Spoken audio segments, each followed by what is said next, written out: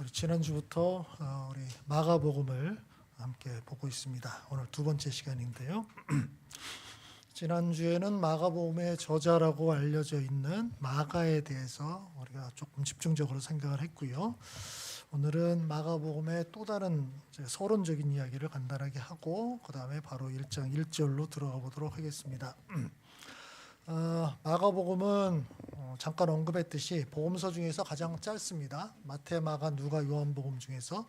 그래서 원래 이게 헬라어로 기록이 됐기 때문에 헬라어 단어 기준으로 이렇게 보면 마태복음, 누가복음, 요한복음 이 정도 되지만 마가복음은 단어 수가 작죠.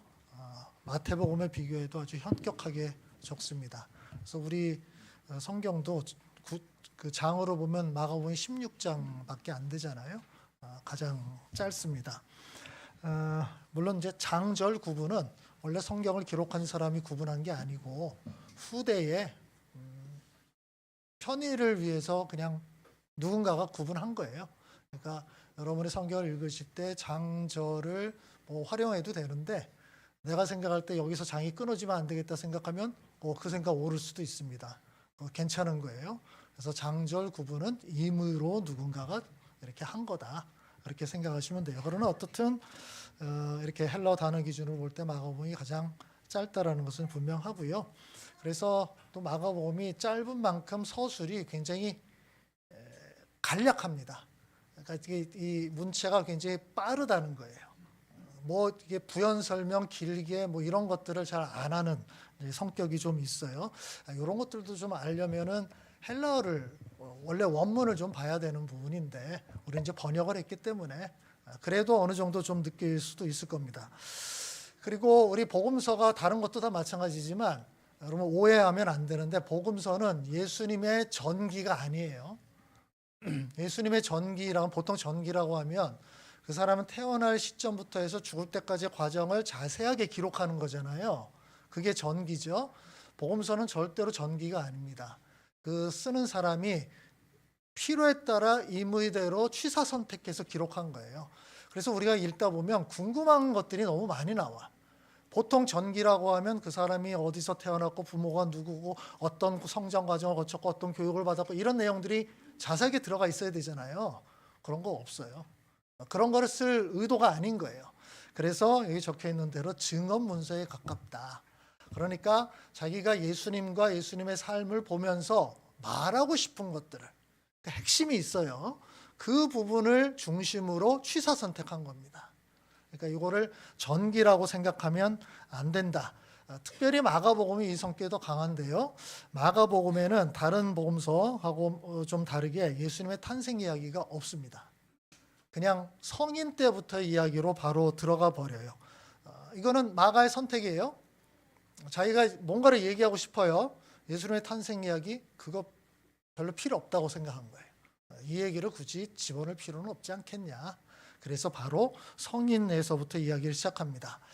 그리고 이것도 이제 헬라어 원문을 좀 보면 더 알 수 있는데 역사적 현재 시제라고 얘기하는데요. 분명히 이게 과거에 일어난 일이잖아요. 그러니까 예수님이 그때 무엇을 했었다. 이렇게 표현해야죠. 이게 과거 시제죠. 근데 예수님이 무엇을 한다. 이런 표현을 하는 거예요. 자, 현재 지금 뭔가 일어나는 것처럼 이야기를 하는 거. 이거를 역사적 현재라고 이야기를 하면 여러분이 글을 쓸 때도 이렇게 할 때가 있죠. 과거에 일어나는 일인데 마치 지금 일어나는 것처럼 현재형으로 사용할 때가 좀 있습니다. 그래서 이 분량이 좀 짧고 예수님에 대한 모든 이야기를 다 하지 않는데 근데 여러분 잘 보면 예수님의 마지막 일주일을 40%를 기록을 해요. 그러니까 마가복음 전체가 그렇게 길지 않은데 그 전체 중에서 40%가 일주일에 집중되고 있어요. 자, 여기도 마가의 의도가 나타나는 거죠. 마가는 예수님이 이 땅에 무엇을 하러 왔는가 그리고 그 일이 마지막 일주일에 집중되었다라고 생각하는 거예요. 그래서 그 부분은 굉장히 자세하게 기록을 합니다. 나머지 부분은 그냥 막 넘어가요. 근데 이 부분을 초점을 맞추고 있다라는 거예요.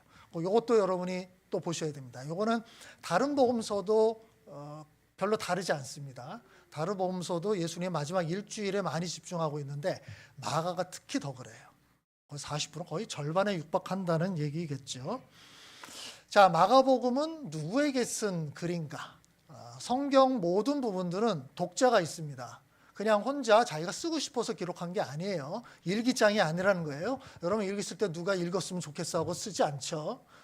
요 성경도 다 독자가 있어요. 누군가를 생각하고 쓰는 거예요. 그럼 마가가 이 복음서를 기록했을 때 누구를 생각을 했을까? 요거는 이제 내용을 쭉 살펴봐야 되는 부분들인데 몇 가지 좀 단서들이 좀 있어요. 우리 잘 알듯이 신약 성경은 헬라어로 기록이 됐다 그랬죠? 헬라어로 기록이 됐습니다. 그 당시의 문화가 헬라 문화, 그리스 문화, 요 문화였기 때문에 거의 모든 그 문서들 이런 것들은 다 헬라어로 기록을 했거든요. 근데 마가복음 읽다 보면 나중에 이제 조금씩 나오게 되는데 그 마가가 어떤 용어를 쓰고 나서 번역을 하는 경우가 나와요. 달리다굼 혹시 들어봤어요? 달리다굼. 그러고 나서 마가가 번역을 해요. 소녀야 일어나라 라는 뜻이다. 그러면 달리다굼은 뭘까요? 영어일까요? 로마 언어일까요? 이게 뭐냐면 아람어예요. 아람어. 요거 이제 좀 더 복잡한 거로 들어가지만 이게 뭐냐면 이 당시 예수님 당시에 그 이스라엘 또는 그 근동 지방에 국제어로 통용된 것이 아람어입니다. 그래서 아람어는 요 페르시아부터 이 근동 전체에 거의 그냥 지금 영어처럼 공용어로 사용되는 것이고요. 그래서 예수님 당시 이스라엘 사람들도 실제로 말을 아람어를 썼어요. 근데 아람어의 히브리 방언 이렇게 생각을 하면 돼요. 그래서 예수님도 아람어를 썼을 것이다. 그럼 우리가 생각할 때 히브리어가 있잖아요. 이스라엘 사람들이 지금 쓰는 언어. 그 언어는 종교적 예식에만 사용되는 언어였고 일상생활에서는 아람어를 썼다고 알려져 있어요. 그러니까 이 히브리어는 지금으로 본다면 뭐 그 정도는 아니지만 라틴어와 약간 비슷하다. 라틴어를 사어라 그러죠. 한때는 라틴어를 사용을 했는데 지금은 라틴어는 문서로만 이제 통용이 됩니다. 그래서 그 당시에도 회당에서 그 구약 성경은 히브리어로 기록이 되어 있으니까 회당에서 말하고 이럴 때는 히브리어를 써요. 그래서 이 사람들이 히브리어도 어느 정도 다 알고 있어요. 그러나 일반적으로 사용하는 것은 아람어로 사용이 됐다. 근데 그러면 아람어를 잘 아는 사람들에게 마가복음을 썼다라면 아람어를 써놓고서 번역할 필요가 없을 거잖아요. 그죠? 근데 아람어를 써놓고 번역을 해요. 그 얘기는 아람어를 모르는 사람일 거다라는 거죠. 그게 어떤 사람일까요? 지금 생각하면 유럽 사람들인 거예요. 이쪽 근동에 있는 사람들은 아람어를 다 쓰고 있으니까 익숙한데 유럽에 있는 사람들은 아니라는 거예요. 그래서 이제 몇 가지 더 단서를 보니까 로마에 있는 그리스도인들을 위해서 쓴 글이라고 보는 게 맞겠다. 이렇게 생각을 하는 거예요. 그래서 또 여러 가지 이제 단서가 있지만 어떻든 그렇게 생각을 해서 그러면 독자가 누군가를 생각해 보면 이 책의 성격을 좀 더 분명하게 이해를 할 수 있습니다. 왜냐하면 그 독자들이 어떤 상황에 있는가가 요 안에 들어가 있을 거잖아요. 이 사람들이 어떤 상황에 있으니까 내가 이런 이야기들을 해야지 이게 들어가 있는 거예요. 그래서 여러분 성경을 늘 볼 때마다 어떤 성경이든 이게 누가 기록을 했고 누구에게 기록했는가를 먼저 파악하는 건 굉장히 중요해요. 그렇겠죠? 그렇죠? 그래서 이거를 쭉 연구해 본 사람들이 로마에 있는 그리스도인이고 우리가 지난주에 이 마가복음이 언제쯤 기록됐다 그랬죠? 정확한 날짜는 모르지만 한 60에서 65년 정도 조금 늦게 보는 사람은 60년대 후반 거의 70년까지 보기도 하고요. 좀 이르게 보는 사람은 50년대 중반까지 보지만 60년대 한 중반 요 정도가 가장 맞지 않겠는가 이렇게 보는 거예요. 그렇게 보면 또 뭔가 이야기가 맞아떨어지는 부분들이 있어요. 자, 로마에 있는 기독교인들에게 썼다 그랬죠? 그럼 그 사람들의 상황이 어땠냐는 거죠. 그 사람들의 상황이 어땠을까요? 여러분 그 지난주에도 얘기를 했죠. 기독교가 초기에 굉장히 많이 박해를 당했습니다. 초기부터 박해를 많이 당했는데요. 그 박해했던 여러 황제들이 있었는데 그중에 대표적 황제가 누구라고요? 네로 황제. 네로 황제가 이 50년대 후반부터 60년대까지 이 통치를 하면서 기독교를 박해했는데 초기에는 그렇게 박해하지 않았습니다. 뭐 별 관심도 없었어요. 근데 여러분 그 유명한 사건 기억합니까? 네로 왕자가 저질렀다고 알려진 로마의 대화재. 여기도 지금 설이 분분하더라고요. 그게 정말 네로가 저지른 화재냐 아니면 그냥 퍼뜨려진 소문이었냐 그런 건데 워낙 2000년 전에 일이니까 지금 뭐 알아볼 수는 없는 거예요. 근데 그 다음에 일어난 일은 거의 분명한 것 같아요. 어떻든 자기가 통치하는 로마에서 엄청난 화재가 발생을 했고 그래서 알려진 바로는 로마 시내의 80%가 전소됐다고 얘기하거든요. 서울의 80%가 다 탔다고 생각해 보세요. 이거는 엄청난 거잖아요. 그러면 그 책임자는 이 책임을 면할 길이 없잖아요. 자기가 저질렀던 그렇지 않았던 거네. 그래서 이럴 때 희생양을 찾죠. 이거는 역사에서 예외가 없습니다.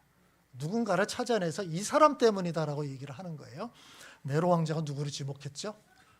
기독교인들이다. 이들이 이런 일을 저질렀다라고. 그래서 이때 네로 왕자 시대에 엄청나게 박해를 당합니다. 그래서 알려진 바로는 베드로도 요때 순교했을 거다라고 얘기를 하는 거죠. 그래서 네로 왕제 시대에 박해를 엄청나게 당했고 기독교인들이 많이 죽었고요. 그리고 이때 그 이전부터도 이제 박해 때문에 그런 일이 있었지만 네로 왕제 이후로 더 많은 사람들이 이 카타콤이라 그러죠. 로마의 지하 무덤으로 다 숨어 들어갑니다. 그럴 수밖에 없거든요. 그냥 있으면 다 잡혀서 죽을 위기가 되니까. 마가복음이 이런 정황을 배경으로 했을 거다라고 추정을 해요. 네로 왕제의 핍박은 절정이지만 그 전에도 끊임없이 핍박이 계속 있었고요. 특별히 로마에 사는 사람들은 로마 황제, 로마의 본거지에 있으니까 핍박이 딱 시작이 되면 가장 먼저 직격탄을 받는 사람들이잖아요. 그래서 그런 상황에 있는 그리스도인들을 염두에 두면서 기록을 했을 것이다 라고 생각하는 거예요. 그래서 이러면 마가복음의 기록 목적하고 바로 연결이 됩니다. 그 사람들에게 지금 글을 써서 주는 거예요. 그들이 굉장히 힘들어합니다. 언제 박해가 터질지 몰라요. 언제 잡힐지 몰라요. 매일의 일상이 불안해요. 그런데 예배를 드리고 하나님을 믿는다 그래요. 예수님 믿는다 그래요. 근데 이것이 점점 약화되겠죠. 그렇죠? 아무리 자기 믿는다고 해도 현실이 힘드니까. 그러면 현실에 눈이 고정될 수밖에 없단 말이에요. 우리가 예전에 히브리서를 공부할 때도 이 비슷한 상황을 얘기를 했습니다. 히브리서도 로마에 있는 성도들을 대상으로 쓴 편지라고 얘기를 했었죠. 그래서 히브리서의 전체 주제가 뭐라 그랬습니까? 너희가 지금 힘든 일을 당해도 절망하지 말고 신앙을 계속 붙들자 그 얘기예요. 그래서 히브리서에도 마지막에 11장 12장 가면 믿음에 대한 얘기를 계속 강조하잖아요. 그리고 여러분 기억합니까? 11장 12장에서 과거의 믿음의 사람들의 예를 많이 들잖아요. 근데 그 사람들의 예를 들면서 강조했던 부분이 뭐였죠? 그들이 다 고난을 겪었고 다 어려운 시절을 지냈다. 그 얘기를 계속 강조하는 거잖아요. 그런데도 믿음을 지켰다. 그 의도가 보이죠? 여러분들이 지금 굉장히 힘들겠지만 삶이 팍팍하고 매일 해결해야 될 문제가 나오고 그렇지만 그렇다고 해서 믿음을 버리면 안 된다. 그럴수록 어떤 면에서 하나님 안에 더 붙어 있어야 된다. 이 이야기가 히브리서의 전체를 관통하는 주제거든요. 마가복음도 비슷합니다. 로마에 있는 늘 핍박 가운데 위협을 당하는 사람들에게 바로 이것을 권면하고 싶은 거예요. 근데 방식이 다르죠. 지금 예수님에 대해서 얘기를 하려는 거잖아요. 그래서 이 마가복음의 주제는 이겁니다. 예수님이 누구인지 우리 잊지 말자. 그분이 이제 돌아가시고 하늘로 올라가신 지 30년이 지났지만 우리가 예수님이 누구인지를 다시 기억한다면 지금 현실 문제를 극복할 수 있는 동력이 생기지 않겠느냐. 이것이 이제 목적인 거예요. 그래서 예수님께서 이 땅에 왜 오셨고 이 땅에서 무슨 일을 하셨고 그래서 그 일이 우리와 어떤 관계가 있는지 바로 그 부분들을 설명하고 싶었던 거예요. 그래서 많은 학자들이 마가복음 전체를 쭉 보면서 마가복음의 이 주제를 나타내는 핵심 구절이 무엇일까? 거의 이구동성으로 의견이 모아집니다. 10장 45절입니다. 같이 읽어봅시다. 인자는 섬김을 받으러 온 것이 아니라 섬기러 왔으며 많은 사람을 구원하기 위하여 치를 몸값으로 자기 목숨을 내주러 왔다. 요겁니다. 예수님께서 이 땅에 왜 오셨는가? 그리고 와서 무엇을 했는가? 그것이 우리와 어떤 관계가 있는가? 요 한 구절 안에 다 들어가 있죠. 예수님은 섬기러 왔다. 누구를? 우리를 섬기러 왔다. 그래서 어떻게 했나? 와서 죽었다. 그 결과가 무엇이냐? 우리가 구원을 받았다. 지금 눈앞에 펼쳐지는 일들 때문에 이 감각이 점점 사라지고 있었던 거예요. 이 마가는 이거를 다시 상기시켜주고 싶었던 거죠. 잊지 말자. 우리가 예수님 때문에 구원을 받지 않았는가?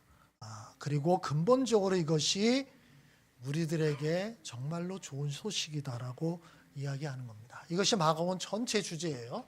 여러분 이제 1장에서 16장까지 쭉 보면서 마가가 여기에 계속 초점을 맞추고 있다는 것을 잊으면 안 됩니다.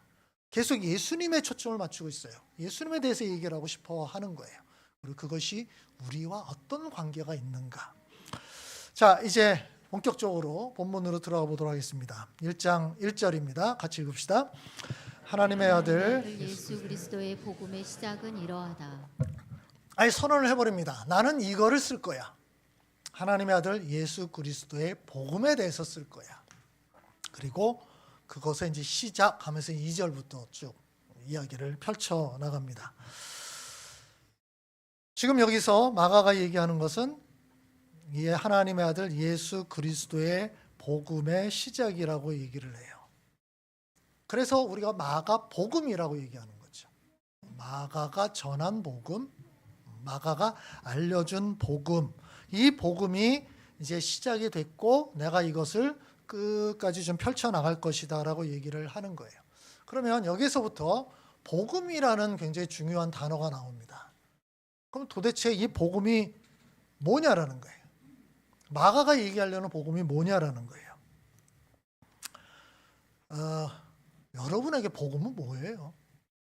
복음이라니까 너무 종교적인 용어로 들으나요? 그냥 좋은 소식, 기쁜 소식. 이게 뭘까요? 혹시 뭐 좋은 학교에 가고 좋은 직장을 들어가고 이게 너무 개인적인가요? 좀 더 한 가지 더 어떻게 하다 우연히 로또를 샀는데 이게 당첨이 됐어. 복음이죠. 맞죠? 좋은 소식이죠. 이거는 너무 개인적이야. 우리 지금 대선 구면은 좋은 대통령이 당선되는 거 이거 복음 이렇게 생각하시는 분 있어요? 이건 복음이야. 이 땅에 정의와 평화가 구현되는 세상이 오는 거 이게 복음이지. 와, 대단합니다. 분명히 좋은 소식이에요. 근데 이 모든 것들을 쭉 생각해 보면 일시적이라는 거예요. 그렇죠?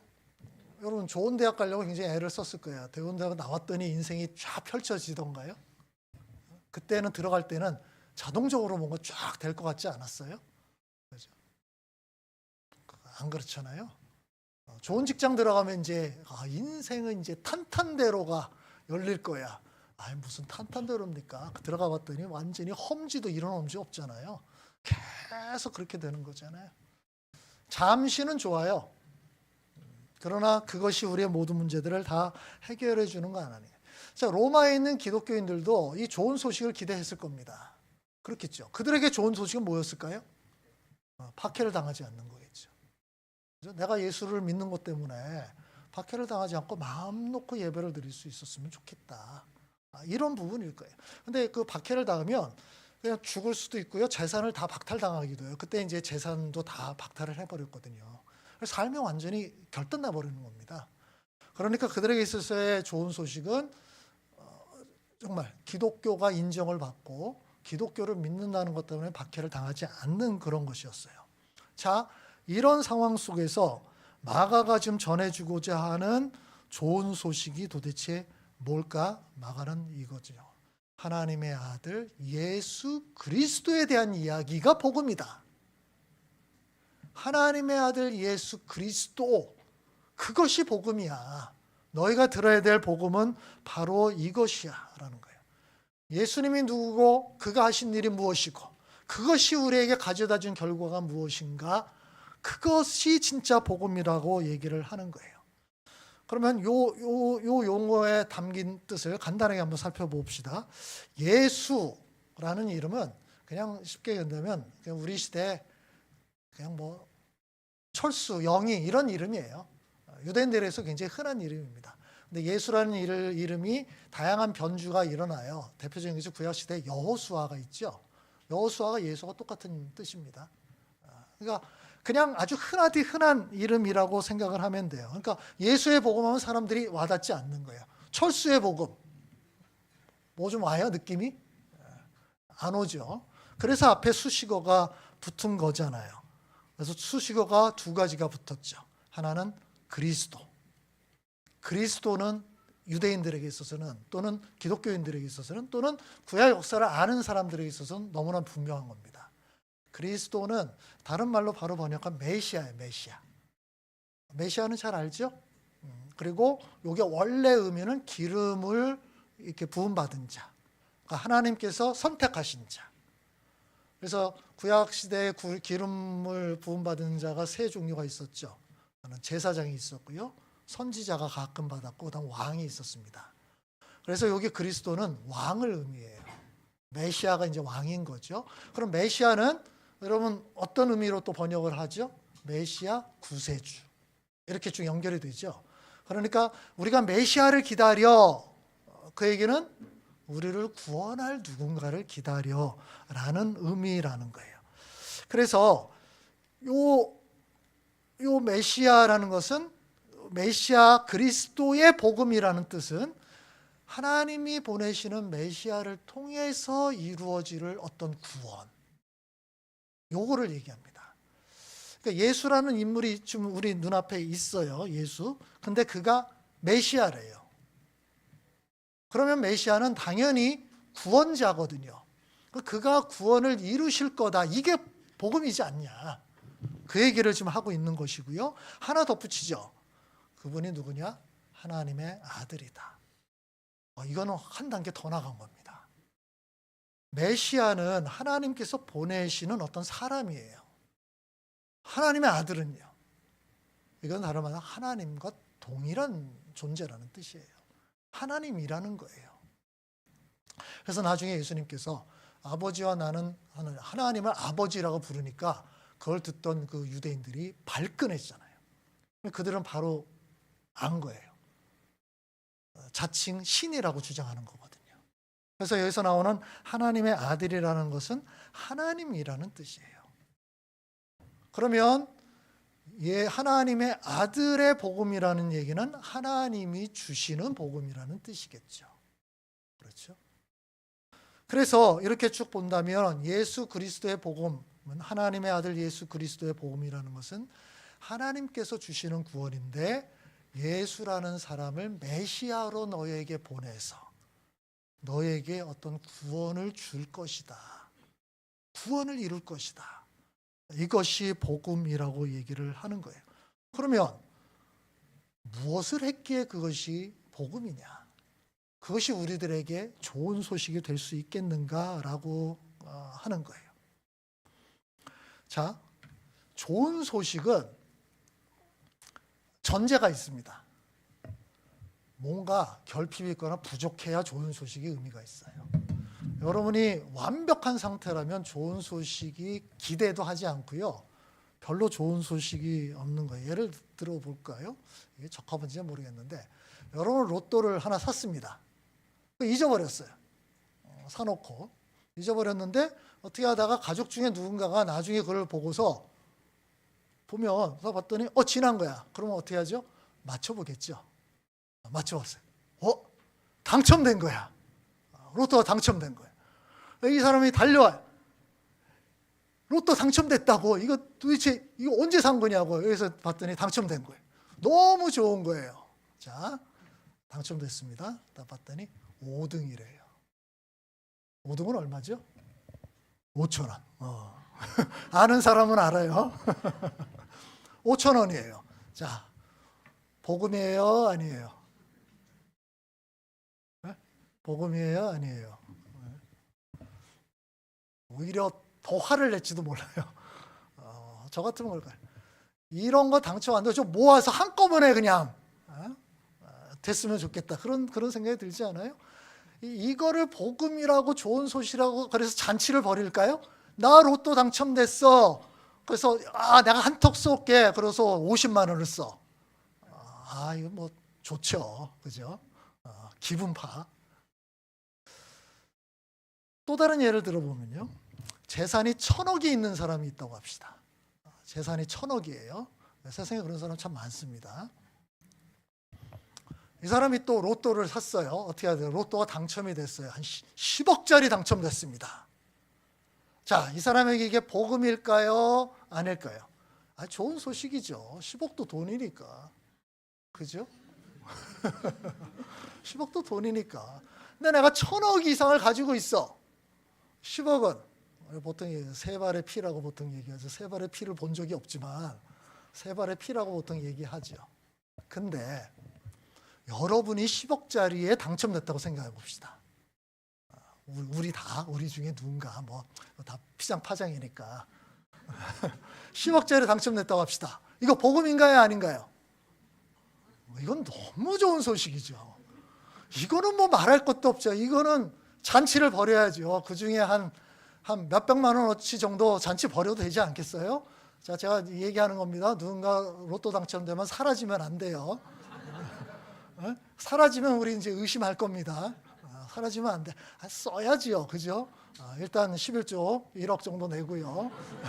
잔치 한번 또 벌이고. 그래도 남는 게 많잖아. 이게 복음이죠. 자, 지금 뭘 얘기하는 거예요?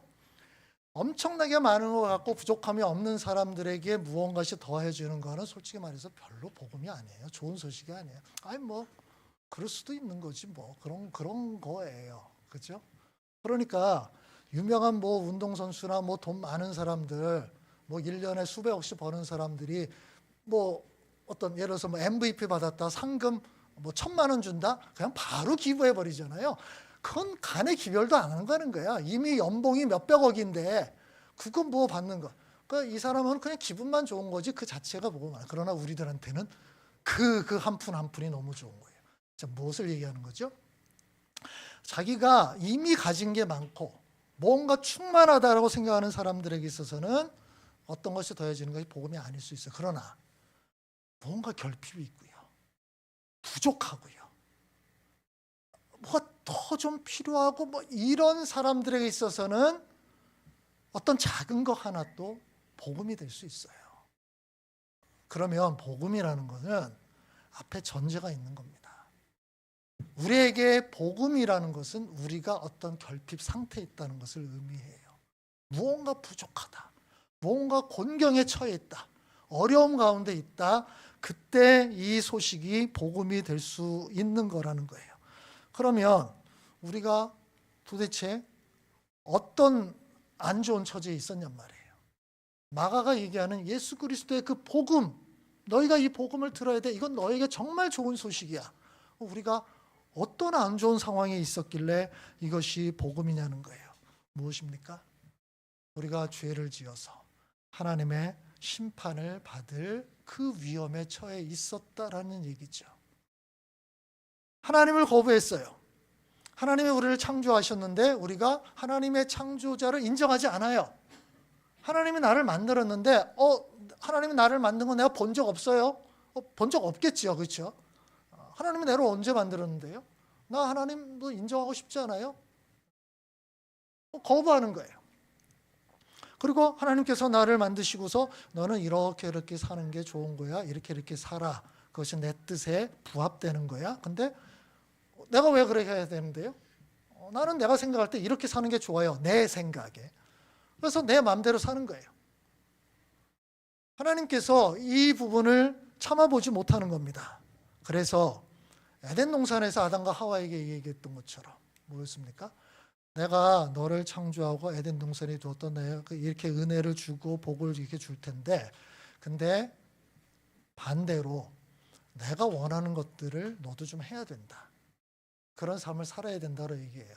그 대표적인 것이 뭐예요? 대표로 설정된 것이 선악을 알게 하는 나무의 열매를 먹지 말아라. 요거는 하나의 그 대표적인 겁니다.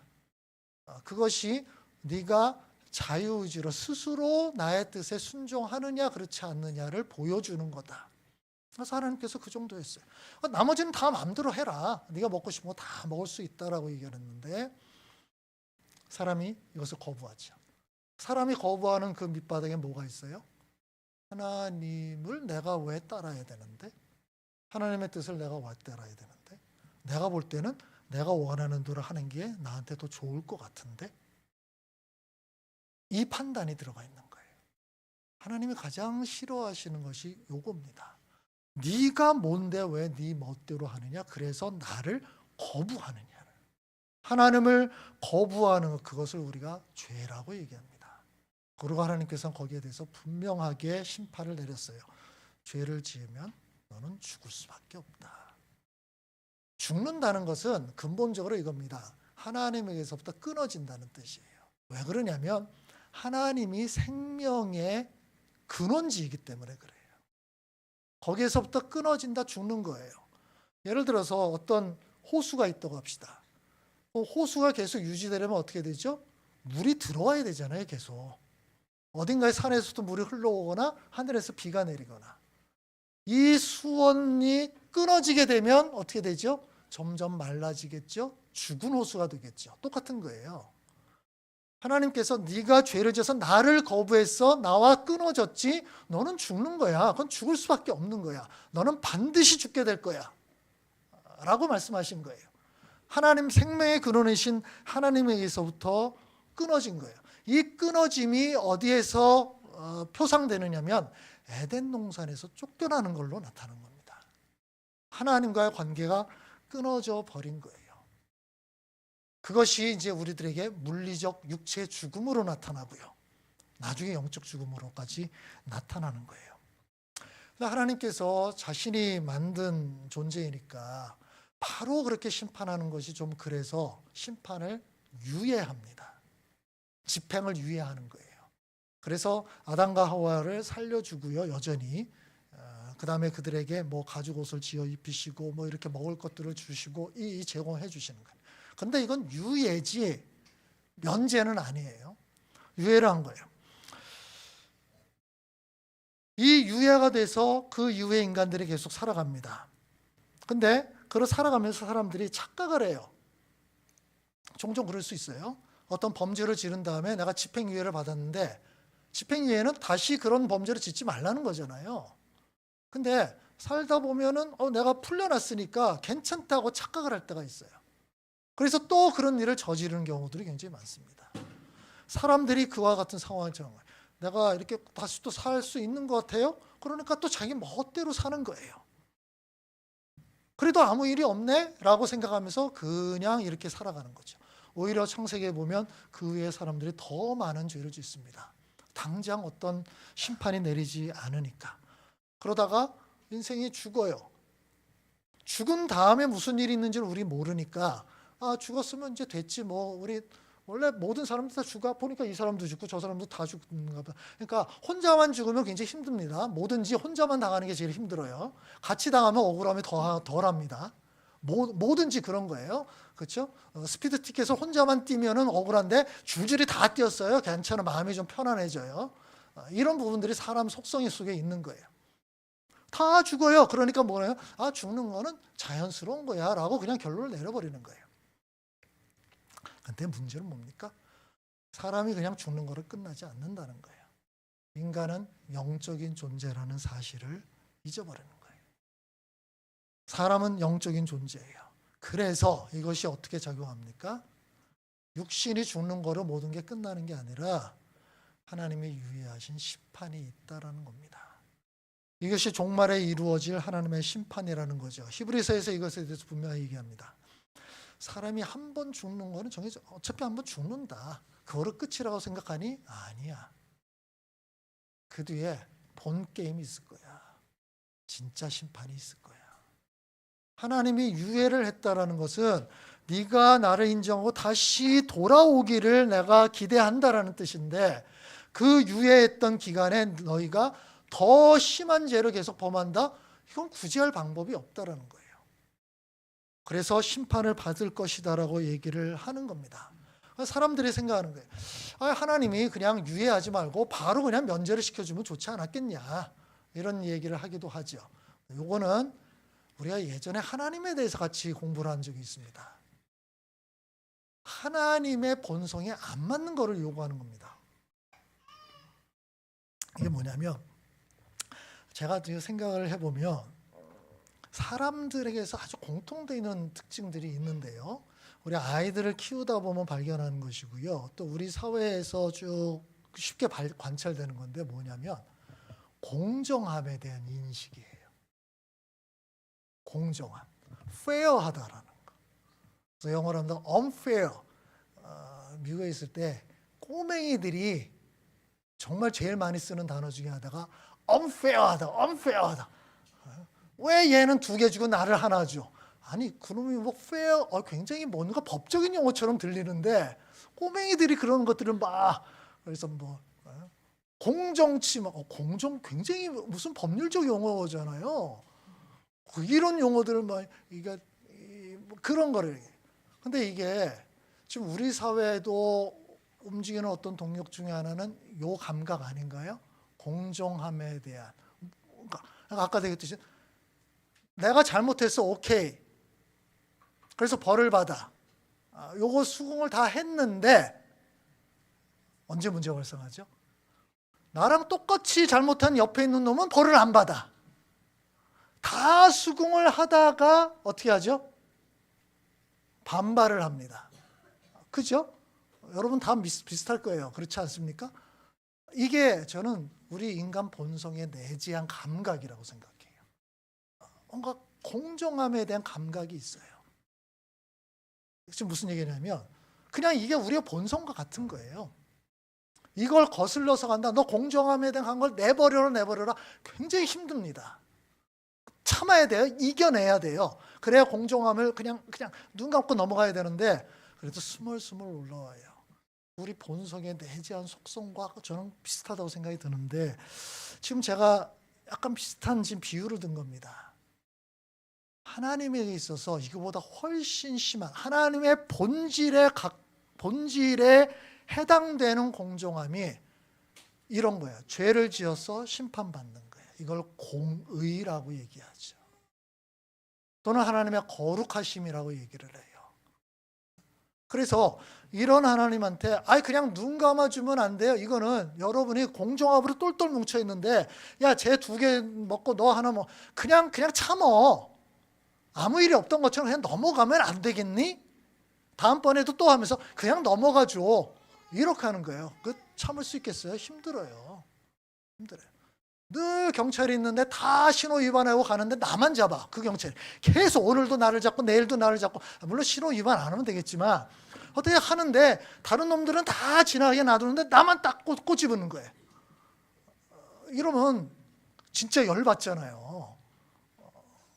그래서 벌금을 내는 것보다 더 열받는 게 이거잖아요. 그거는 우리 똑같은 거예요. 하나님의 본성 자체가, 성품 자체가 공의롭다라는 거예요. 공의로움을 제해버리면 하나님이 아닌 거예요. 하나님의 존재가 아닌 거예요. 그래서 하나님께서 인간이 죄를 지었을 때 이걸 심판해. 잠시 유예는 할 수 있어요. 그걸 그냥 면제할 수는 없다라는 거예요. 근데 하나님께서 유예를 시키신 다음에 그래도 이들을 구원할 수 있는 뭔가 방법을 찾아야 되지 않겠는가 생각하셔서 제시한 방법이 뭡니까? 예수님을 대신 보내서 형벌을 치르게 하는 거예요. 대리 속죄라고 얘기하죠. 어떻든 형벌을 받아야 돼. 근데 누군가가 대신하는 방법들을 만든 거죠. 제시한 거죠. 바로 그것이 우리가 아까 봤던 이 10장 45절 이 말씀인 거예요. 예수 그리스도를 보내서 지금 몸값이라 그랬잖아요. 우리 대신 몸값을 치르는 거예요. 이걸 대속이라 그러죠. 대신 속한다, 속죄한다, 갚는다. 이게 대속이라는 거거든요. 그래서 예수님을 보내서 네가 저 사람들을 대신해서 죽어라. 그러면 이 문제가 해결되지 않겠는가? 이것이 복음이죠. 우리를 대신해서 십자가에서 죽어서 우리를 구원하고 영원한 생명을 얻게 하는 거예요. 우리는 하나님께 죄를 지었습니다. 하나님을 거부했어요. 죽어야 되는 거예요. 이거는 어떻게 바꿀 수가 없어요. 죽어야 돼요. 우리가 굉장히 어려운 상황에 빠져 있는 겁니다. 어떤 사람들은 인식할 때도 있고 이걸 인식 못할 때도 있어요. 그냥 일상을 살다 보면 이거 인식 못할 때가 굉장히 많이 있지만 그럼에도 불구하고 팩트가 사라지는 건 아니기 때문에 그런 곤경 속에서 하나님께서 내가 이것에 대한 해법을 제시해 줄게 라고 예수 그리스도를 보냈습니다. 그래서 예수 그리스도가 우리에게 복음이 된다고 얘기를 하는 거예요. 이것이 좋은 소식이라는 얘기죠. 근데 마지막 한 가지가 더 남아 있습니다. 예수님께서 이 땅에 오셔서 우리를 대속하는 기초를 다 이루셨어요. 근데 그 다음에 하나님께서 하시는 방식은 똑같은 방식이에요. 인간을 로봇으로 만들지 않았거든요. 그래서 사람이 선택할 수 있는 그런 권리를 주셨어요. 이게 사람의 또 본성이에요. 사람이 원래 그런 존재인 거예요. 하나님이 그렇게 만들었어요. 예전에는 하나님을 거부하고 죄를 선택했어요. 하나님이 다 제시했잖아요. 이런 쪽 좋은 길이 있고 이쪽 안 좋은 길이 있어. 다 제시했어. 네가 좋은 쪽을 선택했으면 좋겠어. 근데 안 좋은 쪽을 선택했어요. 자, 이제 예수님을 통해서 복음의 길을 제시했습니다. 네가 예수 그리스도를 받아들이고 인정하면 이 문제가 해결될 거야. 받아들여. 강제로 우리를 만들어 놓지 않았습니다. 제시했어요. 자, 이제 사람들이 어떻게 합니까? 선택해야 되는 거예요. 자기가 판단을 해서 선택을 하는 겁니다. 어떤 사람은 거부해요. 나 그거 필요 없어. 나 안 할래. 이게 예수를 안 믿는 거죠. 어떤 사람은 그래. 내가 봤더니 정말 이 하나님을 거역하고 그래서 우리 세상이 이렇게 됐고 악해졌고 맞는 것 같아. 내가 예수 그리스도가 필요해. 예수 그리스도를 믿기로 작정하는 것 똑같아요. 이 원리가 지금 제가 우리 사회에서 제가 이제 나이가 들다 보니까 이제 점점 가까워지는 것들이 있어요. 우리 사회에서 65세 이상 되면 기초연금을 받습니다. 이제 얼마 안 남았어요. 모든 노인들에게 주는 기초연금이에요. 보통 이제 소득 하위 70% 정도면 다 받는다고 얘기를 하는데 뭐 얼마 안 줘요. 요즘 한 30몇만 원 주나요? 이렇게 주거든요. 기초연금 제도를 마련했어요. 국가에서. 그래서 65세 이상 노인에게 주기로 했습니다. 근데 제가 가만 봤더니 이게 자동으로 되는 게 아니더라고요. 신청해야 돼요. 신청 안 하면 못 받아요. 그러니까 주민센터나 또는 연금공단이나 뭐 이런 데 가서 신청을 해야 돼요. 제가 이제 65세 자격이 됐습니다. 나한테 이거를 주십시오라고 신청을 해야 받아요. 내가 나이가 됐다 그래서 자동으로 주는 거 아니더라고요. 저는 그 전에 그렇게 알았는데 그런 거 아니더라고요. 그러면 그쪽에서 계산을 또 막 하더라고요. 또 복잡한 계산법이 있대요. 그래서 전액을 줄 건지 좀 깎아서 줄 건지 뭐 이렇게 좀 하는 모양이에요. 어떤 핵심은 신청을 해야 받을 수 있다. 자, 국가가 제도를 다 마련했어요. 그래서 해당되는 사람 누구나 다 받을 수 있도록 다 마련했습니다. 열심히 광고를 하고 있어요. 근데 어떤 사람은 워낙 뭐 재산이 많으니까 난 그거 뭐 30만 원, 이건 뭐 세 발의 피지. 이런 사람은 또 신청 안 하겠죠. 그렇죠? 또 어떤 사람은 몰라서 신청 안 할 수도 있을지 몰라요. 또는 진짜 완전 보수주의적 생각. 국가가 이런 데 돈을 쓰면 어떡해? 이거는 나를 망하게 만드는 거야. 아무 일도 안 하고 기여도 안 하는데 왜 이런 거를 줘? 하면서 정말 거부하는 진짜 보수주의자입니다. 찐 보수예요. 저는 진짜 찐 보수들은 이렇게 하는 부분이 있어야 된다는 우리나라 보수주의다로 얘기하는 사람 저는 어떤 면에서 가짜들입니다. 여기서 옆에서는 막 좀 비슷한 얘기하면 빨갱이라고 막 얘기를 하는데 이 사회주의적 정책들 받아들이고 다 챙겨 먹고 있어요. 그러면서 또 빨갱이래. 스스로 막 모순을 범하는 무슨 소리를 하고 있는지 모르는 거예요. 정신이 없는 거죠. 그런 찐보수들은 거부할 수 있겠죠. 나 이거 우리나라를 이렇게 하면 망한다. 난 우리나라를 살리고 싶어. 나 하나라도 안 받을래. 그러면 안 받는 거죠. 그렇죠? 예수 그리스도가 우리를 위해서 죄의 문제를 해결해 주셨습니다. 우리가 받아야 될 심판의 문제를 다 해결해 주셨어요. 기초가 다 마련됐습니다. 하나님께서 우리에게 알려주세요. 자, 이제 이거를 너의 것으로 만들어라. 받아들여라. 그것을 뭐라고 얘기합니까? 이것이 예수 그리스도를 믿는다라고 얘기를 하는 거예요. 예수 그리스도를 믿는 거예요. 내가 하나님 앞에 죄를 지어서 죽을 운명에 처했다. 육신적으로 죽는 것뿐만이 아니라 나는 영적인 존재이기 때문에 죽은 이후에도 하나님 앞에 서서 심판을 받아야 되는 존재다. 이 문제를 궁극적으로 해결해야 되는데 그것을 위해서 하나님께서 예수 그리스도를 보내서 나를 대신해서 십자가에서 죽어서 나를 구원하는 기초를 다 마련했다라는 거예요. 네가 이것을 받아들이고 인정해라. 그러면 그 효력이 너에게 발상하게 될 거다. 이것이 복음입니다. 지금 우리 눈에 보이는 수많은 문제들이 있어요. 경제적인 문제, 집에 관한 문제, 여러 가지 인간관계 문제들이 다 있지만 마가가 생각해 볼 때 그 문제들보다 훨씬 더 심각하고 중요한 문제는 이 문제라고 생각을 한 거예요. 그래서 로마에 있는 그 기독교인들, 그들을 물론 마가는 좀 건져주고 싶겠죠. 그렇죠? 그들의 핍박을 좀 면제해주고 싶고요. 로마 황제가 또 마음을 돌려서 핍박 내리던 걸 안 하려 이랬으면 좋겠죠. 그러나 그건 마가가 할 수 있는 부분이 아닙니다. 그러나 마가가 할 수 있는 부분은 그런 것들이 설령 지금 눈앞에 펼쳐진다 할지라도 그것이 전부가 아니다. 그것이 우리의 삶 전체를 좌우하는 가장 중요한 것도 아니다라고 얘기를 하는 거예요. 그거보다 훨씬 중요한 것이 있다. 그것을 봐야 되지 않겠냐. 바로 예수 그리스도가 오셔서 그 문제를 해결한 거다라고 얘기를 하는 것이고요. 바로 그 목적으로 마가복음 1장부터 16장까지 그렇게 심혈을 기울여서 기록을 한 겁니다. 예수님이 이런 분이다. 예수님이 이런 일을 하셨다. 이렇게 너희를 위해서 구원의 기초를 마련하셨다면 너희가 이 분을 받아들여야 되지 않겠는가라는 거예요. 이제 우리가 마가복음 읽을 때 우리 스스로에게 던져야 될 질문이 이거죠. 정말 예수 그리스도가 우리에게 복음인가? 예수 그리스도에 관한 소식이 나에게 정말로 좋은 소식인가라는 거예요. 이거는 예수 그리스도의 이 복음을 내가 믿는가라는 질문이기도 하겠죠. 여러분이 부족함이 없다? 나는 이런 거 필요 없어 라고 생각한다면 안 받아들이겠죠.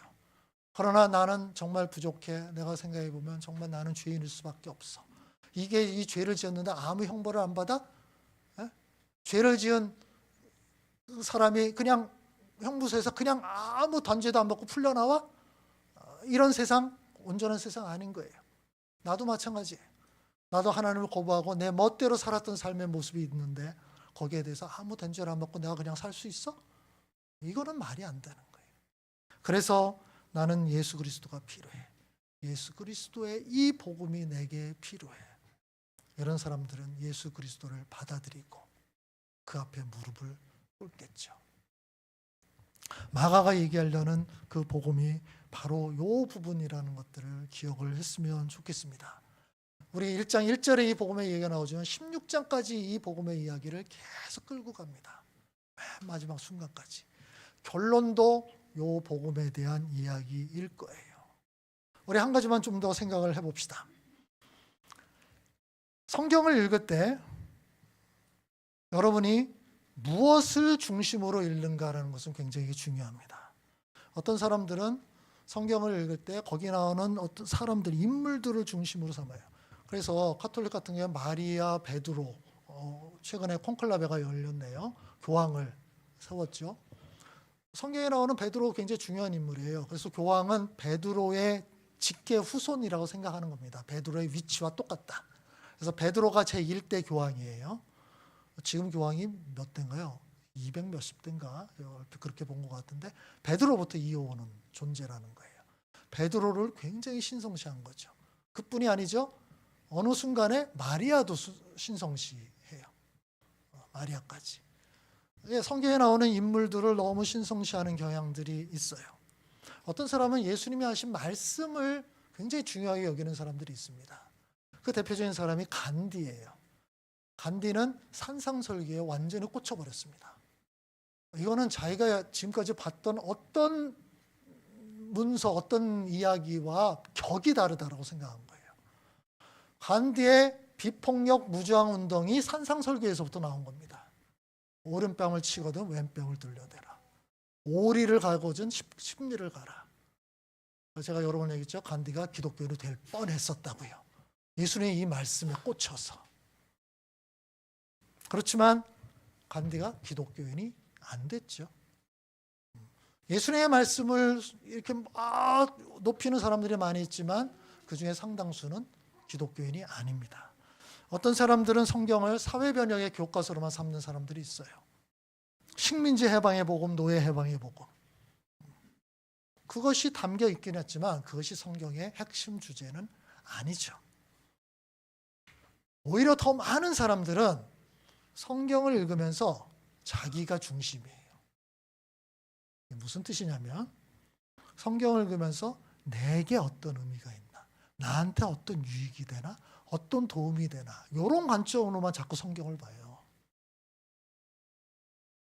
이런 거를 찾아낼 수도 있습니다. 근데 그게 핵심이 아닌 거예요. 문제가 여기에 있어요. 나에게 도움이 되고 나의 삶의 지침으로 삼을 만한 이야기들을 찾아낼 수 있는데 그거는 성경의 본류 핵심이 아니다라는 거예요. 거기에서부터 파생돼 나오는 이야기지. 성경의 핵심은 뭡니까? 마가가 얘기하는 거 똑같습니다. 예수 그리스도요. 예수 그리스도와 그를 보내서 구원의 역사를 이루신 그 하나님이 성경의 중심이에요. 그러면 우리가 성경을 읽을 때, 마가복음을 읽을 때 바로 그 부분에 초점을 맞춰서 읽어야 됩니다. 하나님이 누구실까? 예수님이 누구시고 예수님이 어떤 일을 하셨고 예수님이 어떤 말씀하셨을까? 그거를 먼저 이해하려고 해야 돼요. 그걸 이해한 다음에 나에게 적용은 그 다음 문제예요. 우리는 먼저 그냥 나를 집어넣어 버려서 이게 나한테 무슨 의미 있지? 이것이 나하고 무슨 관계가 있지? 이렇게 생각하는 거예요. 요한복음의 이 부분에 대해서 분명히 얘기를 합니다. 영생일 뭐라고 얘기하죠? 하나님을 아는 것, 예수 그리스도를 아는 거다라는 거예요. 그것이 가장 우선되는 겁니다. 하나님을 아는 거예요. 여러분 성경을 읽을 때 그래서 여러분의 삶의 지침이 되는 것들을 먼저 찾아내는 시도를 하면 안 됩니다. 그러면 오류가 많이 발생할 수 있어요. 경건의 시간 큐티를 할 때도 자꾸 뭔가 적용하려는 거 그거 지금 당장 안 찾아도 돼요. 하나님과 예수님을 좀 더 깊이 이해하면 거기서부터 자연스럽게 적용이 나올 수 있어요. 여러분 설교를 들을 때도 여러분의 지금 삶에 지금 형편과 지금 문제에 도움이 되는 것들을 막 들이대면 핵심을 놓치는 겁니다. 그건 일단 제쳐두고 핵심 본질이 무엇인가를 이해하려고 노력을 먼저 해야 돼요. 그 다음 그것이 자연스럽게 연결이 된다는 거예요. 그렇게 하지 않을 때 여러 문제가 발생하죠. 성경의 의도를 이해하지 못하게 되고요. 내 마음대로 성경을 적용해요. 가끔 예전에도 큐티 나눔할 때 보면 그 말씀이 그 뜻이 아닌데 그것도 굉장히 은혜스럽게 적용을 해요. 그것도 거의 다 뭐라고 딴지 걸기도 좀 그렇고요. 좀 그런데 그런 식으로 자꾸 하게 되면 전광훈식 적용을 하게 됩니다.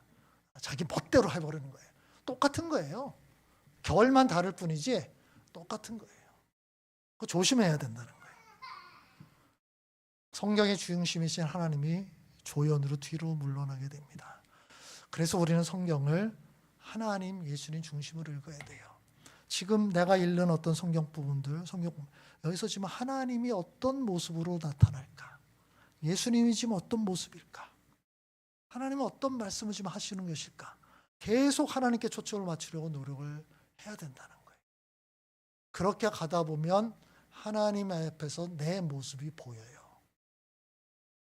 그리고 그렇게 하나님 앞에서 본 나의 모습이 진짜 모습이고요. 거기에서부터 무엇이 문제인지를 보게 된다는 거예요. 그러면 적용이 나오겠죠. 그래서 큐티나 뭐 설교를 듣거나 성경을 읽거나 무엇을 할 때 우선적으로 이 성경에서 말하고 있는 하나님은 어떤 분일까? 여기에 하나님의 어떤 모습이 나타나고 있을까? 예수님은 어떤 모습일까? 왜 이런 부분들이 기록되어 있을까? 그 부분을 먼저 이해하려고 노력을 하고요. 그 다음에 그러면 이것이 나의 삶에 주는 의미는 무엇일까? 맨 나중에 가서 그 질문을 던져야 되는 겁니다. 우리가 마가복음을 쭉 보면서 마가복음 전체 핵심 메시지는 예수 그리스도의 복음입니다. 그 복음이 어떻게 펼쳐지고 있는지에 초점을 맞춰서 봐야 돼요. 그렇게 깊이 있게 우리가 들여다본다면, 그 우물 속에 우리가 들어간다면 거기에서부터 우리 삶의 새로운 모습들을 볼 수 있게 돼요. 내가 어떻게 해야 될지 알게 되는 거예요. 거기서부터 진짜 변화가 시작이 되겠죠. 함께 기도합시다.